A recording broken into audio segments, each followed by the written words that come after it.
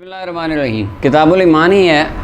حضرت عباس بن عبد المطلب رضی اللہ عنہ فرماتے ہیں، نبی صلی اللہ علیہ وسلم فرمایا ذاقتم الایمان، مسلم کی روایت ہے، فرمایا چکھ لیا ایمان کا ذائقہ اس بندے نے من رضی باللہ ربا و بالاسلام دینا و بمحمد صلی اللہ علیہ وسلم رسولہ، جو اللہ کے رب ہونے، اسلام کے دین ہونے اور محمد صلی اللہ علیہ وسلم کے رسول ہونے پر راضی ہو گیا، اس کو ایمان کا ذائقہ نصیب ہو گیا، اس نے ایمان کا ذائقہ چکھ لیا۔ اچھا، یہ اب اس کے اندر ہے کہ وہ ذائقہ کیسا ہے۔ بعض علماء کہتے ہیں ذائقہ ہے زبان کا، کہ وہ زبان سے آئے گا ذائقہ، یعنی کیسے بندے کو اپنی زبان اور پورے وجود میں وہ ذائقہ محسوس ہوگا، کیسے کہ اس کو لذت آئے گی۔ بعض نے کہا کہ نہیں، یہ ذائقہ حسی زبان سے آنے والا نہیں ہے، یہ دل میں محسوس ہونے والا ذائقہ ہے، کہ جب بندہ ایمان کا ذائقہ اس کے دل میں آتا ہے، یعنی اس کے دل کے کیفیات بدل جاتی ہیں، اس کا یہ مطلب ہے۔ اچھا، اور حلاوت ایمان، راضی ہونے کا کیا مطلب ہے؟ اللہ کے رب ہونے، رسول اللہ کے رسول ہونے اور دین کے اسلام ہونے پر راضی ہو گیا، کیا مطلب ہے اس کا؟ یعنی اللہ تعالیٰ کے تمام احکامات امر و نواہی پر راضی ہو گیا، اللہ نے جن کا حکم دیا اس نے مان لیا، یا اللہ حق ہے، جسے منع کیا الہی مان لیا، یہ حق ہے، رسول اللہ نے جن چیزوں کا حکم دیا پسند فرمایا مان لیا، یہ حق ہے، یہ ہے راضی ہونا۔ یہ نہیں اللہ ایک ہے، حضور اللہ کے رسول ہے، الحمدللہ دین اسلام ہے، میں راضی ہیں جی، یہ معنی نہیں ہے صرف راضی ہونے کے بعد بندہ راضی ہے، یعنی اس کا مطلب یہ ہے کہ امر و نواہی احکامات تبلیغ ان دین اسلام کی جو چیزیں اچھی ہیں ان کو وہ راضی ہو گیا کہ بالکل میں بھی ان پہ راضی ہوں۔ اسلام نے جن چیزوں کو ناپسند فرمایا بندہ کہے کہ نہیں یہ غلط ہے، میں اس بات، یہ مطلب ہے راضی ہونا۔ ٹھیک ہے جی، آگے آ جائیں جی۔ اگلی روایت ہے حضرت ابو ہریرہ رضی اللہ عنہ فرماتے، نبی صلی اللہ علیہ وسلم فرمایا اس ذات کی قسم جس کے قبضہ قدرت میں میری جان ہے، جس کے اچھا، اب یہ جو ہے بیدہ والذی نفس بیدہ، ہاتھ سے تشبیہ، حالانکہ اللہ ہاتھ سے پاک ہے، جو قرآن پاک میں ید اللہ وہ آیات متشابہات میں سے ہے۔ متشابہات کیا ہوتی ہیں؟ جن کا ترجمہ پتہ ہو، مراد متعین نہ ہو، اور جو متشابہات ہیں اور مقطعات ہیں ان کا اللہ تعالیٰ کے معاملے ذمہ سپرد ہے، اللہ رسول بہتر جانتے ہیں، ہمارے لیے صرف محکمات کے اوپر ہم اپنا عقیدہ بناتے ہیں، لیکن متشابہات مقطعات پر ایمان ضرور رکھتے ہیں کیونکہ وہ کلام الہی ہیں۔ تو جو متشابہات چیزیں ہوتی ہیں، حدیث پاک میں بھی آیا کہ ان میں بندہ نہ پڑھے، اور ایک جگہ قرآن پاک میں بھی ہے، فرمایا کچھ محکم آیتیں ہیں، کچھ متشابہ ہیں، فَأَمَّا الَّذِينَ فِي قُلُوبِهِمْ زَيْغٌ، جن کے دلوں میں ٹیڑھ پن ہے وہ کیا کرتے ہیں؟ فَيَتَّبِعُونَ مَا تَشَابَهَ مِنْهُ ابْتِغَاءَ الْفِتْنَةِ، فتنہ تلاش کرنے کے لیے وہ متشابہ آیتوں کے پیچھے لگتے ہیں۔ تو یہ متشابہات میں سے ہوتی ہیں چیزیں، اس طرح کے معاملات، تو ان کو اللہ تعالیٰ کے معاملے میں سپرد کرنا چاہیے، اور علماء نے ان کی تعویلات کی ہیں کہ یہ ہاتھ سے مراد دست قدرت ہے، قبضہ قدرت ہے، ٹھیک ہے۔ اور بیدہ ہی نبی صلی اللہ علیہ وسلم نے ہاتھ سے تشبیہ کیوں دی؟ اس کی وجہ انسان ہماری عقلوں کے مطابق اپنے غلاموں کو سمجھانے کے لیے کہ انسان اپنے اکثر ترین کام کس سے کرتا ہے؟ ہاتھ سے۔ تو سب سے زیادہ قوت و معاملات میں یوز ہاتھ ہوتا ہے بندے کا، اس لیے اسے اشارہ کر کے یہ بات عقل ہمیں سمجھانے کے لیے فرمائی، مگر نہ اللہ تعالیٰ ہاتھ سے پاک ہے، اللہ تعالیٰ ہاتھ سے جسم سے بھی پاک ہے۔ اچھا جی، فرمایا جس کے قبضہ قدرت میں میری جان ہے، لا یسمع بی احد من هذه الامہ، فرمایا میرا نام، اب یہ حدیث مبارکہ بڑی قابل غور ہے، اس پہ ہم پیچھے بھی گفتگو کل بھی ہم نے کی تھی تھوڑی سی، کہ جو کہتے ہیں کہ نبی پاک کے بغیر بھی جنت مل جائے گی، کہ جی نہ بھی مسلم وہ عیسائیوں کو بھی جنت میں بھیج رہے ہوتے ہیں کہ دیکھیں جی انہوں نے چیریٹی بڑی کی، نیک کام بڑے کیے ہیں، لا فرمایا نہیں سنا میرا نام اس امت میں سے کسی یہودی نے یا عیسائی نے، ثم یموت، پھر وہ مر گیا، یہودی عیسائی میرا نام سن کے مر گیا، ولم یؤمن بی، اور مجھ پر ایمان نہیں لایا، ارسلت بہ، جس کے ساتھ میں بھیجا گیا ہوں، یعنی قرآن حدیث پر، قرآن پر، میری ذات پر اور احکامات پر وہ ایمان نہیں لایا، الا کان من اصحاب النار، فرمایا وہ بندہ پکا جہنمی ہے، ہمیشہ کہاں رہے گا؟ جہنم میں رہے گا۔ یعنی آقا کریم علیہ السلام کا نام نامی اس میں گرامی فرق کرنے والا ہے مومن اور کافر کے درمیان قیامت تک ہے۔ اعلان نبوت کے بعد، رسول اللہ صلی اللہ علیہ وسلم کے اعلان نبوت کے بعد جس انسان تک دعوت پہنچی آقا کریم علیہ السلام کی کہ حضور نے اعلان نبوت کر دیا، وہ قرآن لے کر آیا آخری نبی، اور اس نے نہ مانا، انکار کر دیا، وہ بندہ دائماً ابدا جہنمی ہے، ٹھیک ہے۔ اچھا، وہ کچھ لوگ جن تک دعوت ہی نہیں پہنچی، اب ان کی تو بات ہے نا، جن تک پہنچی ہی نہیں دعوت، ان کو پتہ ہی نہیں چلا ساری زندگی کہ اسلام بھی ہے، وہ ویسے ہی مر گئے، ان کا کیا حکم ہے؟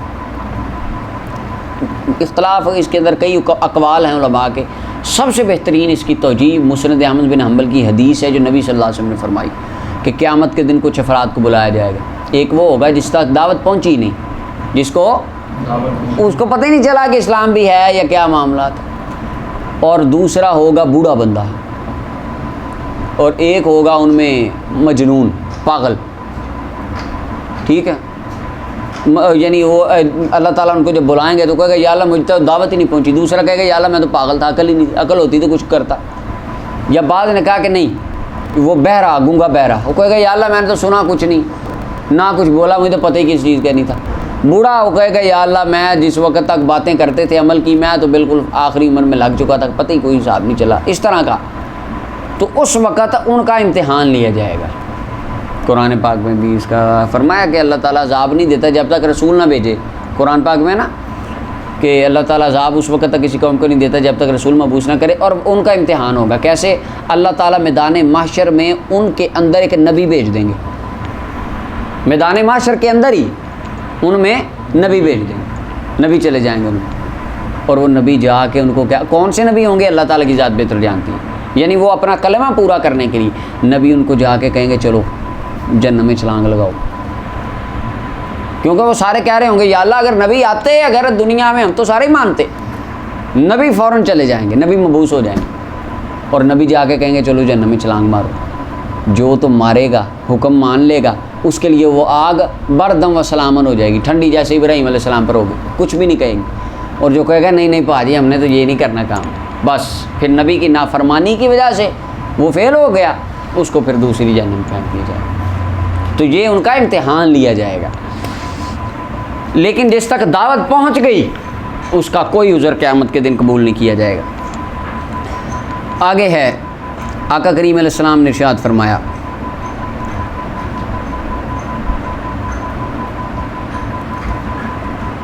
یہ اوپر والی ایک رہ نہیں تھی گئی روایت سب سے پہلی لا یؤمن احدکم، اچھا اس کا ترجمہ دیکھ لیں، یہ آپ نے بتایا ہی نہیں اس وقت. نبی صلی اللہ علیہ وسلم فرمایا 3 چیزیں جس کے اندر ہوں وہ حلاوت ایمان کو پا لیتا ہے، ایمان کی مٹھاس کو پا لیتا ہے.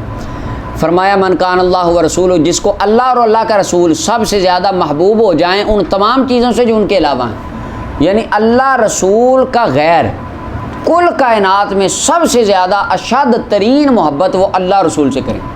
اب یہاں پر نبی اکرم صلی اللہ علیہ وسلم نے اللہ کے ساتھ اپنے نام کو ذکر فرمایا. اب اللہ کے نام کے ساتھ حضور کا نام ذکر کرنا یہ پیچھے ہم نے پڑھا سنت صحابہ ہے، آج آ گیا یہ سنت مصطفیٰ بھی ہے، حضور کے صحابہ کی سنت بھی ہے. اور فرمایا ایک تو یہ بندہ ومن احب عبدن، اور امام طیبی لکھتے ہیں کہ محبت کا یہی مطلب ہے کہ ان کی ذات سے محبت، ان کے اعمال سے محبت، ان کی تعلیمات سے محبت، یہ ہے.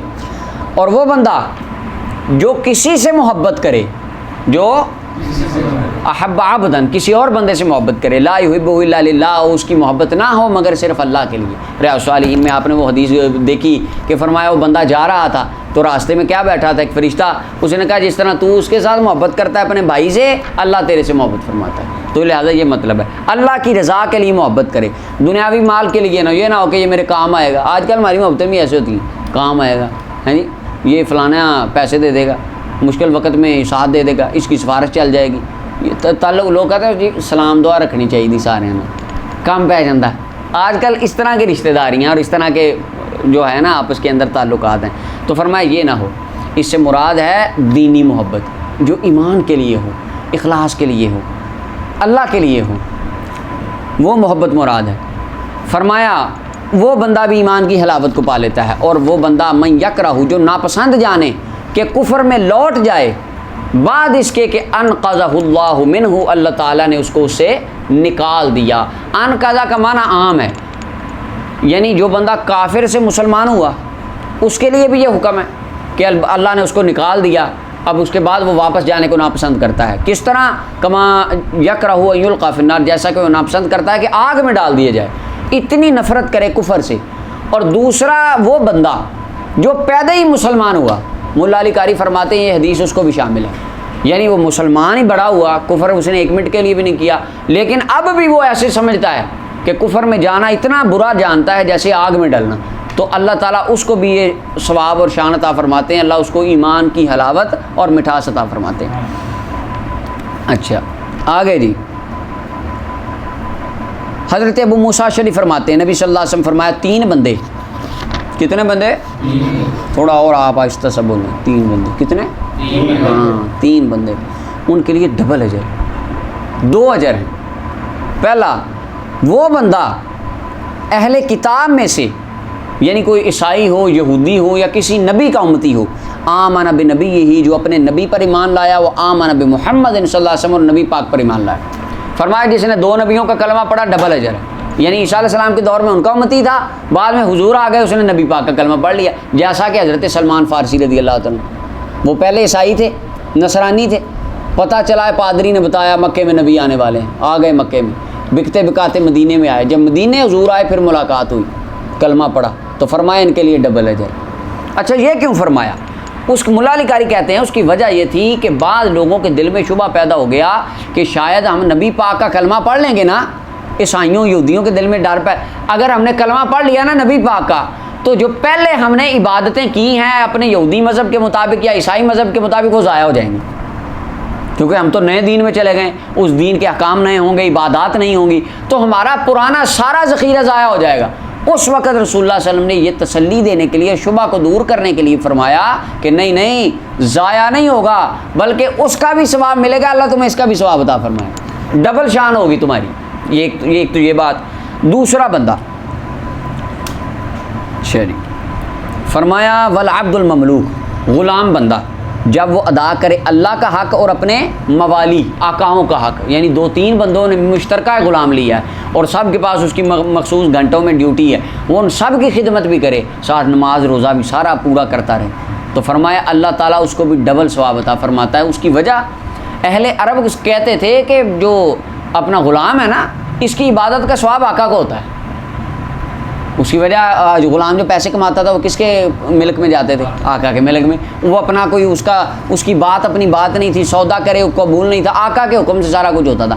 عبادات میں بھی ان کا کنسیپٹ ایسا تھا کہ جو غلام میں نماز پڑھتا ہے، عبادت کرتا ہے، یا جو اللہ کرتا ہے، حج کرتا ہے، عمرہ کرتا ہے، اس کا ثواب کس کو ہوتا ہے؟ آقا کو۔ تو نبی علیہ السلام نے ان کی اس بات کا رد فرمایا کہ نہیں ایسی بات نہیں، اللہ اس کو ڈبل اجر دیتا ہے، ایک تو اپنے آقاؤں کی خدمت کا اور دوسرا اپنے اللہ کی عبادت کرنے کا۔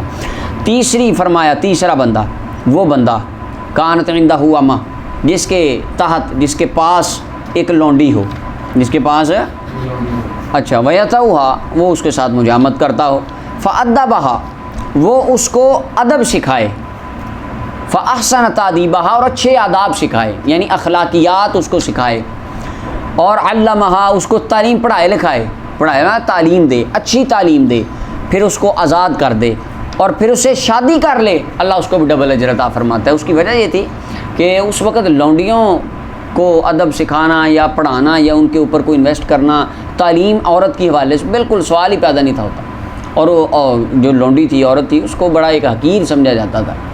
تو اس وقت یہ آقا کریم علیہ السلام نے فرمایا کہ جو ان کی تعلیم کا خیال کرے، ان کو پڑھائے لکھائے، ادب و آداب سکھائے، پھر اس کو آزاد کر دے، شادی کرے، تو اس کے اندر ڈبل اجر ہے۔ ڈبل اجر کس چیز میں ہے؟ ایک تو فرمایا اس کو آزاد کرنے کا اجر ہوگا، دوسرا اس کو جو پڑھانا لکھانا ادب اس کا اجر، اور بعض نے کہا ایک اس کو ادب سکھانے کا اجر اور ایک شادی کرنے کا، یا ایک نے کہا، بعض نے کہا کہ ایک آزاد کرنے کا اجر اور ایک شادی کرنے کا، یار علماء کے مختلف اقوال ہیں۔ خیر فرمایا اجر اس کے لیے 2 ہیں، کیونکہ وہ احسان کر رہا ہے، نیکی کر رہا ہے، بہت زیادہ جو لوگ اس نیکی سے اعراض کر رہے ہیں وہ بندہ کر رہا ہے، لہٰذا اللہ تعالیٰ اس کو ڈبل اجر عطا فرماتے ہیں۔ یہاں پہ بھی انہوں نے یہی لکھا ہے اجر علی عتقہ، ایک اجر 11 نمبر حاشیہ، ایک اجر اس کو آزاد کرنے پر، واجر علی تزوجہ، اور ایک اجر اس کو شادی کرنے پر، اور بعض نے کہا اجر علی تادیبہ، ایک ادب سکھانے پر اور دوسرا آزاد کرنے پر۔ یہ تینوں طرح کے مختلف اقوال۔ ابن عمر فرماتے نبی صلی اللہ علیہ وسلم نے فرمایا میں حکم دیا گیا ہوں کہ لوگوں سے قتال کروں، جنگ کروں لوگوں سے، حتیٰ کہ وہ گواہی دیں لا الہ الا اللہ وان محمد رسول اللہ۔ اب لا الہ الا اللہ تو عیسائی بھی کہتے تھے، ہاں جی، اللہ تعالیٰ کو مانتے تھے، اگرچہ تثلیث کا عقیدہ ان میں بعض میں ہے، سب میں نہیں ہے۔ یہودی بھی اللہ کو مانتے تھے، تو ان سے جنگ کیوں؟ جنگ ہے محمد رسول اللہ کے اوپر، لا الہ پہ تو جنگ نہیں ہوئی، لا اللہ کو ساری مانتے تھے، ایسے ہی ہے۔ تو لہٰذا آقا کریم علیہ السلام کا نام فرق ہے۔ اب قیامت تک جو جنگ ہوگی، اب تو ہے نہیں، خیر جہاد ہوگا تو اسلام کے لیے، رسول اللہ صلی اللہ علیہ وسلم کی رسالت کے لیے ہوگا، توحید، عقیدہ توحید اور رسالت دونوں کے لیے ہوگا۔ فرمایا اور وہ نماز قائم کریں، زکوٰۃ دیں۔ جب وہ یہ کر لیں، جب لوگ یہ کرنے لگ جائیں، اگر کوئی بندہ وہ ٹھیک ہے سر خم تسلیم کرتے ہیں، فرمایا عصموا منی دماءہم واموالہم، انہوں نے محفوظ کر لیا، بچا لیا مجھ سے اپنے مال اور اپنے خون، ہاں مال اور خون بچا لیے، الا بحق الاسلام، یعنی ان کو پھر نہ ان کا مال لیا جائے گا، نہ ان سے جزیہ لیا جائے، ٹیکس نہیں لیا جائے گا ان سے، مسلمانوں سے ٹیکس، لیکن پاکستان میں ہم سارے مسلمان ٹیکس دیتے ہیں۔ اچھا، اور ان کے مال اور ان کے خون، یعنی ان کو قتل نہیں کیا جائے گا پھر، الا بحق الاسلام، مگر اسلام کے حق کے ساتھ۔ اسلام کے حق سے کیا مراد ہے؟ اسلام کے حق سے مراد یہ ہے کہ اگر ان میں سے کوئی بندہ زنا کرے، چوری کرے، شراب پیے، قتل کرے، تو اسلام کا حق ہے ان سے بدلہ لیا جائے گا، شراب کی حد لگے گی، چوری میں ہاتھ کاٹے جائیں گے، اور قتل کے قصاص لیا جائے گا، یہ چیزیں آئیں گی۔ وَحِسَابُهُمْ عَلَى اللَّهِ، اور ان کا حساب اللہ پر ہوگا۔ یعنی اگرچہ بعض فرق فرمایا اگر کوئی ظاہراً کلمہ پڑھ لے، اگر کوئی ظاہراً پڑھ لے کلمہ، یعنی دل سے نہ مانے، فرمایا جب تک لا الہ محمد رسول اللہ پڑھ رہا ہے، نماز پڑھ رہا ہے، زکوٰۃ دے رہا ہے، بس قتل نہیں کیا جائے گا۔ دل کا حساب اللہ کے معاملے میں، اگر کوئی چھپ کے گناہ کرے یا چھپ کے اپنا نہ ظاہر کرے، اسلام کفر ظاہر نہ کرے، دل میں اسلام نہ ہو اور کرتا رہے ظاہری طور پہ، تو فرمایا اس کا حساب قیامت کے دن اللہ اس کا حساب لے گا۔ اچھا جی، آگے دیکھیں،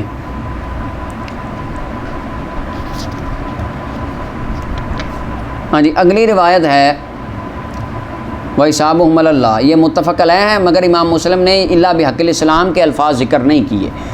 اگلی روایت جناب انس بن مالک رضی اللہ عنہ فرماتے ہیں نبی صلی اللہ علیہ وسلم نے ارشاد فرمایا جو نماز پڑھے گا ہماری نماز، وَاسْتَقْبَلَ قِبْلَتَنَا، اور ہمارے قبلہ کی طرف منہ کرے، وَأَكَلَ ذَبِيحَتَنَا، اور ہمارا ذبیحہ کھائے، فَذَلِكَ الْمُسْلِمُ، تو وہ مسلمان ہے۔ کیا ہے؟ مسلمان۔ ابھی اس کے اندر شہادتین کا ذکر نہیں کیا، حالانکہ وہ ابتدا ہے، تو اس کے اندر یعنی جو موٹے موٹے امور ہیں، دو تین ان کی بات کی۔ ہمارا وہ مسلمان ہے جس کے لیے اللہ اور اس کے رسول کا ذمہ ہے، ذمۃ اللہ و ذمۃ رسول ہی، اللہ کا ذمہ اور رسول اللہ کا ذمہ۔ پتہ چلا اللہ بھی پناہ دیتا ہے، رسول اللہ بھی پناہ دیتے ہیں، اللہ بھی پناہ دیتا ہے اور پناہ دیتے ہیں، اللہ کا بھی ذمہ ہے، رسول اللہ کا بھی ذمہ ہے۔ فرمایا فلا تغفر اللہ فی ذمتہ، لہذا تم اللہ کے ذمہ میں خیانت نہ کرو، اللہ کے ذمہ میں یعنی اس بندے کے اوپر عیب وغیرہ لگانا کسی قسم کا، یہ معاملات نہ کرو تم۔ اور اگر دل کے اندر اس کا معاملات نہیں ہیں تو وہ پیچھے نبی علیہ السلام نے فرما دیا کہ فرمائے وَحِسَابُهُمْ عَلَى اللَّهِ، اس کا حساب اللہ پر ہے۔ امام مالک فرماتے ہیں کہ زندیق کی توبہ قبول نہیں کی جائے گی۔ یہ جو زندیق ہے نا، ظاہراً اپنے آپ کو مسلمان شو کرے، اندر سے کافر ہو، اور پتہ چل جائے کہ یہ اس طرح کرتا ہے، یہ بے ایمان ہے، وہ زندیق کے حکم میں، اور امام مالک فرماتے اس کی توبہ قبول نہیں ہے، اس کو قتل کر دیا جائے گا۔ بعض نے کہا کہ نہیں، ایسے نہیں ہے، اگر اس پہ ایک بار توبہ پیش کی جائے گی، کر لے تو ٹھیک ہے، نہ کرے تو ٹھیک ہے۔ امام مالک فرماتے ہیں، اور باقی بعض علماء نے یہ بھی کہا کہ جب تلوار اوپر سونت لی اس کو سزا دینے کے، اگر اس وقت توبہ کرے پھر توبہ قبول نہیں ہے، پہلے قبول ہے، اس سے پہلے معافی کر لے۔ زندیق ظاہراً اپنے آپ کو کہنا کہ ہم مسلمان ہیں، جیسے قادیانی کہتے ہیں، اپنے آپ کو کہتے ہیں مسلمان ہیں، اور نماز بھی ہمارے والی وہ ساری کلمہ بھی اپنی لکھا ہوتا ہے لا الہ محمد رسول اللہ، لیکن آپ کو بتایا تھا وہ کیا کرتے ہیں، محمد رسول اللہ سے مراد ہمارے آقا کریم علیہ السلام کو نہیں لیتے، وہ اس دجال قادیانی کو لیتے ہیں۔ تو اور اندر سے وہ کیا پورے بے ایمان، ظاہر کہتے ہیں ہم نبی پاک کو مانتے ہیں، لیکن آپ ان کے عقائد، ان کی کتابیں پڑھ لیں، نبی علیہ السلام کی نبوت، رسالت، ختم نبوت کا منکر ہے، ظاہراً اسلام کا لبادہ ہے، اندر سے بے ایمان، تو یہ زندیق کے حکم میں آتے ہیں، اور امام مالک کے نزدیک ان کی توبہ نہیں ہے۔ اچھا جی، لیکن اگر کوئی قادیانی کلمہ پڑھ کے مسلمان ہوتا ہے تو یہ باقی تمام ائمہ نے اس کی گنجائش رکھی ہے ٹھیک وہ آ جائے آگے جی. عطا حضرت جناب ابو ہریرہ فرماتے ہیں ایک دیہاتی بندہ آیا نبی کریم صلی اللہ علیہ وسلم کی بارگاہ میں اور آ کر اس نے عرض کی یا رسول اللہ دلنی علی عمل، میری رہنمائی کیجیے ایسے اعمال پر جب میں انہیں کروں میں جنت میں چلا جاؤں. یعنی صحابی جانتے تھے سرکار جنت کا راستہ بتا سکتے ہیں، میں جو پوچھوں گا جنت کا راستہ حضور میری رہنمائی کریں گے اور جب میں ان پہ چلوں گا میں جنت چلا بھی جاؤں گا. آپ کے پاس ضمانت ہے کہ آپ جنت جائیں گے، چلے جائیں گے؟ گارنٹی ہے کوئی؟ فرمایا کوئی ابن آدم عمل کی وجہ سے جنت میں نہیں جائے گا، اور یہ کہہ رہے ہیں مجھے عمل بتائیں جن کے ساتھ میں جنت میں چلا جاؤں. تمام محدثین فرماتے ہیں، بلکہ امام نووی رحمۃ اللہ علیہ نے بڑی پیاری یہاں پہ بات کی. امام نووی رحمۃ اللہ علیہ فرماتے ہیں کہ عمل یہ جنت جانے کا سبب ہے، اور عمل کی توفیق بندے کو تب ملتی ہے جب اللہ کی رحمت ہوتی ہے. اور حدیث میں ہے نا کہ فرمایا اللہ کی رحمت سے جس نے جانا جانا، تو اس کا یہ مطلب بھی نہیں ہے عملوں کی ضرورت نہیں ہے. اب یہ سے ابھی کہہ رہے ہیں یا رسول اللہ عمل بتائیں جن کے ساتھ میں جنت میں جاؤں. جنت میں داخلہ اعمال کے سبب سے ہی ہوگا، لیکن اعمال کرنے کی توفیق اسے ملے گی جس پر اللہ کی رحمت ہوگی. تو لہٰذا جنت میں اگر کوئی یہ کہے کہ جنت میں اللہ کی رحمت کے ساتھ ہی جائیں گے، اس کے بغیر نہیں جائیں گے، تو یہ بھی ٹھیک ہے. کیوں؟ کیونکہ اعمال کی توفیق بھی اسے ملے گی جس پر رحمت الہی ہوگی. یا رسول اللہ عمل بتا دیجیے. لیکن ہمارے یہاں سبحان اللہ سنی ببر شیر ہاتھ جنہیں ہاتھ کھڑے کر لے وہ بھی جنتی. ایک میں نعت خواں کی سن رہا تھا، کلپ آیا ہوا تھا تقریر، اس کی نعت تھی، صوفے پہ بیٹھا کہتا تمہیں نہیں پتا جنہیں آج حاجی صاحب دی محفل دا لنگر کھادا ہے وہ جنتی. بندے کہتے سبحان اللہ، ان کی شکلیں بھی میں نے ساری دیکھ لی جو کہہ رہے تھے، اور اس کی اپنی کلین شیف تازہ اور اس طرح پر آ گیا ہے، وہاں ہماری پیسے پھینک رہی. سبحان اللہ جی، واہ حاجی صاحب نعت خان صاحب کو عاشق رسول، ان کا حاجی صاحب دی محفل سے جنہیں روٹی کھا لی وہ بھی جنتی، وہاں ہم راضی ہوگی ہماری تھی. اب دیکھیں جو بندوں کو یہ کہہ رہے ہیں کہ آپ جناب محفل میں آ گیا لنگر کھا لیں جنتی، یہاں ہاتھ اٹھا لیے وہ بھی جنتی ہے. خطیب صاحب وہ بھی کہہ رہے تھے، میں نے سنا، وہ کہتے جڑا محفل ہے زندگی میں ایک بار جو محفل نعت میں آ گیا وہ بھی جنتی ہے. اب دیکھیں اتنی اچھی جنت جس کو مل گئی ہے، وہ اس نے آپ کے پیچھے جمعہ پڑھنے کیوں آنا ہے؟ اور یا اس کو آپ کے درس کی ضرورت ہے؟ اس نے کہہ رہا ہے یہ مولوی تو پاگل ہیں بیٹھے ہیں اتنے، اب 6000 حدیث انہوں نے پڑھنی سال بیٹھ کے، تو پڑھ کیوں نہ ہے جی آج اللہ راضی ہو جائے، رسول اللہ راضی ہو جائے، جنت مل جائے. ادھر روٹی کھا کے جنت مل رہی ہے، تو کام ان کا سستا نہیں ہے. اس وجہ سے عوام وہ ان معاملات کی طرف کہ یہ کام ٹھیک ہے. ایسے ہی ہمارے اہل تشیع حضرات، ان کے اندر 10 دن ہوتے ہیں مخصوص سے، تو اس کے اندر ذکر اذکار ہے، باقی سارا سال چھٹی. عوام کہتی یہ بھی ریلیف ہے، عوام کو دے رہے ہیں، عوام راضی ان کی. اسی طرح ہمارے ناز خواہ وہ جو ہماری عوام الناس کو ریلیف دے رہے ہیں، عوام ان سے بھی راضی ہے، وہاں پیسے بھی دیتی ہیں ان کو، لاکھ روپیہ دیتی کہ نہیں دیتی، وہ تو سارا چلتا ہے. اب آپ جب کہیں، اب یہ حدیثیں جب کہ آپ سنائیں گے، اب عالم اسی محفل میں بیٹھ کے اگر کہے کہ 5 نمازیں لازمی ہیں، اس نے کہا مولوی تو مشکل دین بیان کرتے ہیں. مولوی جو ہے نا یہ دیکھیں دین میرے بھائی اتنا تنگ نہیں ہے جتنا انہوں نے کر دیا. نعت خان صاحب ہمیں ایک پلیٹ سے جنت دے کے جا رہے ہیں، مولانا صاحب نے آگے 5 نمازیں منہ پر ڈال دی. لہٰذا نعت خانوں والا ایمان ٹھیک ہے، دین نرم دیکھیں دین میں بڑا میٹھا ہے. اس طرح کی اسٹوریاں اور کہانیاں. اب وہ صحابی کہتے ہیں حضور ایسے عمل بتائیں عمل کر کے جنت جاؤں. فرمایا ہاں اللہ کی عبادت کر، شرک نہ کر اللہ کے ساتھ، اللہ کو اس کی ذات و صفات و افعال کے اندر وحدہ لا شریک بے مثل و بے مثال ماننا. فرمایا نماز قائم کر، فرض قائم کر، ہیں جی کیا مطلب؟ ہمیشہ پڑھ، تعدیل ارکان سے پڑھ، دل لگا کے پڑھ، اور زکوٰۃ فرض ادا کر، اور رمضان کے فرض روزے رکھ. عرض کی والذی نفسی بیدہ، اس ذات کی قسم جس کے قبضہ قدرت میں میری جان ہے، میں اس پر کسی چیز کی زیادتی نہیں کروں گا، نہ اسے کوئی کام کروں گا. ایک خارجی کی میں نے تقریر سنی، کہتا دیکھا میرے بھائی یہاں سے سنتے پڑھنی ثابت ہوگی، سنتے نہ پڑھنا ثابت ہو گیا. زور کی، اثر کی، مغرب کی، عشاء کی، یہ ہمیں سنی ٹکرے مارتے ہیں سنتے. اب صحابی نے کہا تھا میں یا رسول اللہ سنتے نہیں پڑھوں گا. آگے بیٹھے کہہ رہے ہیں واہ واہ سبحان اللہ کیا بات. صحابی کہہ رہے ہیں یا رسول اللہ جو آپ نے بتایا میں ان پہ کمی زیادتی نہیں کروں گا. اس کی 2 صورتیں ہیں. یا رسول اللہ جتنی فرض نمازیں بتائیں 5، فرض 5 ہی پڑھوں گا، نہ 4 کروں گا، نہ فرض 6 کروں گا. یہ مطلب ہے اس کا. دوسرا مطلب اس کے اندر مولا علی قاری لکھتے ہیں کہ یہ صحابی اپنی قوم کے قاصد تھے، ان کے پیغام رساں بن کے آئے تھے، اور جب یہ بات سنی انہوں نے عرض کی یا رسول اللہ میں یہ پیغام ان کو پہنچانے میں کوئی کمی زیادتی نہیں کروں گا۔ بخار جی کیا کہہ رہا ہے؟ کہتا دیکھا سنتے ہیں، انہوں نے کہا میں سنتے نہیں پڑھوں گا۔ حدیث کے لفظ دیکھیں، لا ازید علی ھذا، اس پیغام کے اوپر کچھ کمی زیادتی نہیں کروں گا، یا آپ نے جو بتایا ان کی فرضیت پر کمی زیادتی نہیں کروں گا۔ خارجی کہہ رہا ہے، انہوں نے کہا میں سنتے نہیں پڑھوں گا۔ کہتا انہوں نے صحابی نے کہا یا رسول اللہ میں سنتے نہیں پڑھوں گا۔ کمال نہیں ہو گئی؟ اچھا جی، فلما واللہ، جب وہ پھرے واپس گئے، پلٹے واپس مسجد نبی سے باہر نکلے، قال النبی صلی اللہ علیہ وسلم، رسول اللہ نے فرمایا من سرہ ان ینظر الی رجل من اہل الجنت فلینظر الی ھذا، جس بندے کو سرور آتا ہے، اچھا لگتا ہے کہ وہ کسی جنتی کو دیکھے، فرمایا وہ دیکھو جنتی جا رہا، سامنے جنتی جا رہا۔ اب اس سے پتہ چلا جنتیوں کو دیکھنا، نیکوں کو دیکھنا یہ بھی نیک کام ہے۔ حضور دکھا رہے ہیں نا، فرمایا وہ دیکھو جنتی۔ کس کا دل نہیں کرتا جنتی دیکھنے کا؟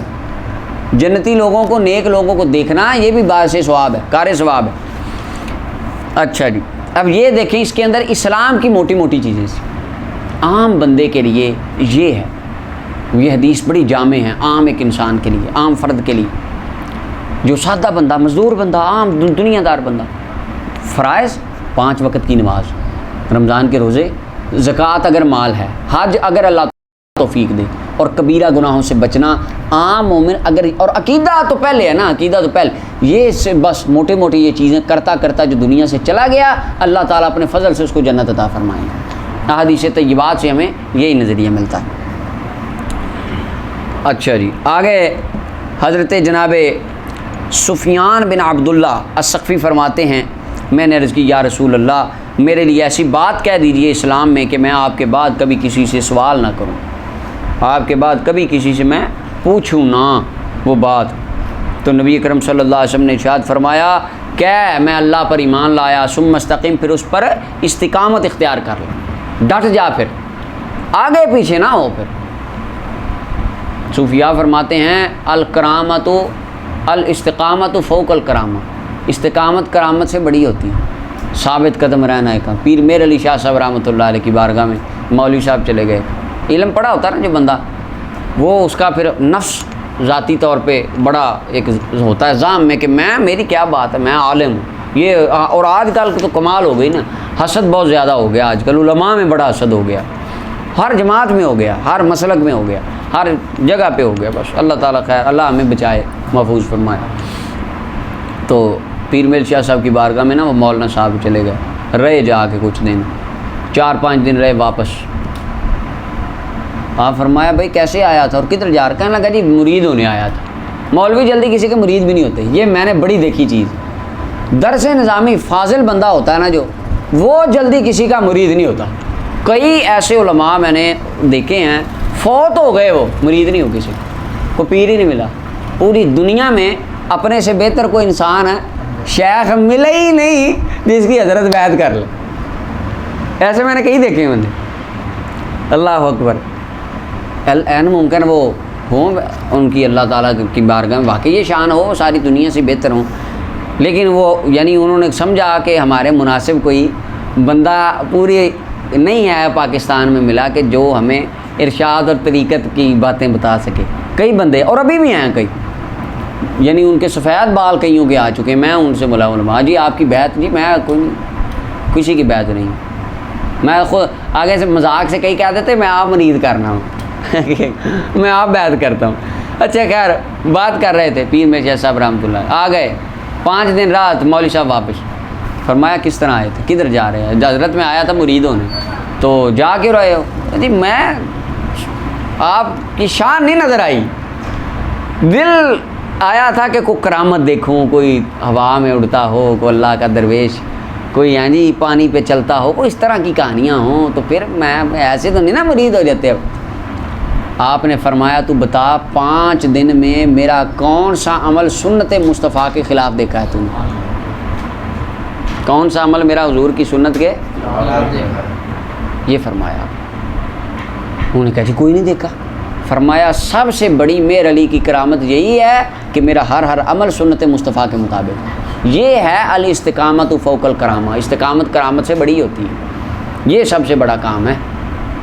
باقی وہاں میں اڑتا ہو. حضرت صاحب فرماتے ہوتے ہیں, حضرت صاحب کی تقریر, فرمایا ہوا چڑھتا ہوئے, منہ چو اگ کٹتا ہوئے, پانی تے ٹرتا ہوئے, شریعت مصطفیٰ دا باغی ہوئے, لمحہ پا کے لتر ماری انہوں پیر نہ بننی. یہ حقیقت ہے. یہ کام تو جادوگر بھی کر لیتے ہیں. یہ کوئی کام ہے ہوا میں اڑ گیا, منہ سے آگ نکال دی, پانی پہ چل گیا, ہے نہیں, یہ تو جادوگر بھی کر لیتے کام. یہ کوئی کام نہیں. اصل یہ ہے فرمایا استقامت اختیار کرنا, استقامت. اور ایک دن جناب مولا علی پاک آپ فرماتے میں عرض کی یا رسول اللہ مجھے وصیت فرمائیں. فرمایا علی کیا ہے؟ ربی اللہ ثم استقم, اللہ میرا رب ہے پھر اس پہ استقامت اختیار کر لو. عرض کی حضور رب میرا رب اللہ ہے, وما توفیق الا باللہ علیہ توکلت و الیہ انیب, میں نے اس پر استقامت اختیار کی, اس کی طرف معاملہ سپرد. فرمایا ابو الحسن تجھے علم مبارک ہو, اللہ نے تجھے بڑا علم دے دیا. حضور نے مولا علی کو فرمایا. چلیے اگلی روایت طلحہ بن عبید اللہ فرماتے ایک بندہ نبی پاک کی بارگاہ میں آئے اہل نجد سے. کہاں سے جی؟ نجد در حقیقت اونچی زمین کو کہتے ہیں, اونچی زمین, تہامہ نیچی زمین کو کہتے ہیں. نجد جو علاقہ ہے عرب کا وہ ان کے اندر زمین کے اعتبار سے اوپر ہے سطح زمین کے, لہذا اس کو نجد کہتے ہیں. اور نبی علیہ السلام نے فرمایا تھا وَهُنَاكَ يَطْلُعُ قَرْنُ الشَّيْطَانِ, فرمایا وہاں شیطان کا ایک سینگ نکلے گا. ہیں پتہ نا اس کی ڈیٹیل کا باقی آپ کو. فرمایا وہاں سے شیطان کا ایک سینگ نکلے گا, اور وہ نکلا. یہ اہل نجد سے آئے. سائر الراس, سر بکھرا ہوا تھا. ہم سن رہے تھے ان کی آواز کی بن بناہٹ, دویہ صوت ہی بن بناہٹ جس طرح مکھی کی ہوتی ہے. ولا نفقہ ہو, ہم سمجھ نہیں رہے تھے کیونکہ وہ دور تھے تھوڑے, ہمیں بات ان کی سمجھ نہیں آ رہی تھی وہ کیا کہہ رہے تھے. حتیٰ کہ نبی اکرم صلی اللہ علیہ وسلم کے قریب ہو گئے, آقا کریم علیہ السلام کے قریب آئے اور سوال کیا اسلام کے بارے میں. نبی صلی اللہ علیہ وسلم نے فرمایا 5 نمازیں ہیں. کلمہ نہیں بتایا کیونکہ وہ پہلے مسلمان تھے, وہ پہلے ہی کلمہ انہوں نے پڑھا ہوا تھا, لہٰذا فرمایا 5 نمازیں ہیں دن اور رات میں. عرض کی یا رسول اللہ کیا مجھ پر ان کا غیر فرض ہے؟ فرمایا نہیں, مگر یہ کہ تو نفل پڑھ لے. اب یہ دیکھیں انہوں نے یہ نہیں کہا ٹھیک ہے یا رسول اللہ میں سنتے نہیں پڑھوں گا, جیسے وہ پچھلی روایت سے انہوں نے نکال لیا, ان کے جی یا رسول اللہ میں سنتے نہیں پڑھوں گا. اب فرمایا مگر یہ کہ تو نفل زائد نماز پڑھ لے, نوافل جتنے مرضی پڑھتا رہے.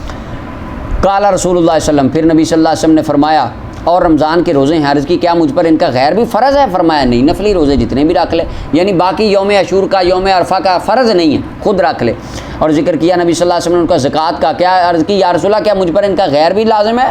فرمایا نہیں, یہ کہ تو زائد صدقہ نہ صدقات نافلہ جتنے مرضی دیتا رہے. فادبر الرجل, بندہ واپس چلا گیا, اس حال میں وہ کہہ رہا تھا واللہ لا ازید علی ھذا ولا انقص منہ, اللہ کی قسم میں اس پر نہ کوئی چیز زیادہ کروں گا نہ ہی کوئی چیز کم کروں گا. آپ دیکھیں 4 نمبر میں ای فی الابلاغ, یعنی یہ بات لوگوں کو بتانے میں کمی زیادتی نہیں کروں گا. یہ نہیں فرمایا یا رسول اللہ میں سنتے نہیں پڑھوں گا. اور آگے ای فی نفس الفریضہ, یعنی یہ جو آپ نے فرض بتائے ہیں, 5 فرض نمازیں بتائی ہیں, یا رسول اللہ 6 کو فرض نہیں مانوں گا, 5 ہی فرض پڑھوں گا, نہ ہی 4 پڑھوں گا. رمضان کے روزے فرض ہیں, یہ نہیں ہے کہ 2 رمضان کے رکھ لوں 4 محرم میں رکھ لوں, ایسے نہیں, رمضان کے پورے رکھوں گا. زکوٰۃ کے جو احکام ہیں ایسے منون زکوٰۃ دوں گا, یعنی زکوٰۃ میں کمی بیشی, یعنی جو فرائض بتائے ہیں ان کے اعتقاد میں اور ان کے اوپر عمل کرنے میں میں کسی قسم کا فرق نہیں کروں گا. لیکن اسے دیکھ لیں, انہوں نے اپنا مسلک فرقہ نکال لیا, ان کو دیکھیں نہیں, انہوں نے فرمایا میں تو سنتے ہی نہیں پڑھوں گا. اور واپس گئے. نبی صلی اللہ علیہ وسلم نے فرمایا افلح الرجل ان صدق, فرمایا بندہ فلاح پا گیا اگر سچ کہہ کے گیا. جو اس نے کہا اگر تو کرے تو یہ کامیاب ہو گیا, فلاح پا گیا. ٹھیک ہے جی. اچھا, فلاح کا پھر انہوں نے کافی سارے معنی لکھے ہیں. اب فلاح سب سے زیادہ جامع ہے, سب سے زیادہ بہتر لفظ ہے, تمام دعاؤں کو جمع کرنے میں کامیاب ہو گیا. تو لہٰذا نبی صلی اللہ علیہ وسلم نے ان کو فرائض اسلام جو موٹے موٹے ہیں وہ آقا کریم علیہ السلام نے ان کو ارشاد